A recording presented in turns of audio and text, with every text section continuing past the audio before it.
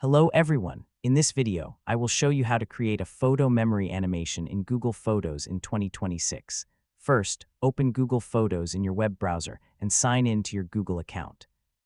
Now select the photos you want to include in your memory animation. You can choose 4 or 5 photos, or even more if you like. After selecting the photos, click the plus Create button at the top of the page. A menu will appear on the screen. From the menu, click Animation. Google Photos will automatically create a memory-style animation using your selected photos.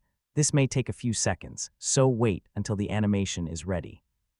Once it is created, open the animation to preview it. The photos will appear as a slideshow with smooth transitions, making it look like a photo memory. If you want to share the animation with friends or family, click the Share button and choose the app or person you want. You can create multiple animations anytime using different photos, and Google Photos will save them in your library automatically. That's it.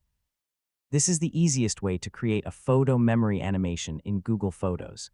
Thanks for watching, and don't forget to like, share, and subscribe for more Google Photos tutorials.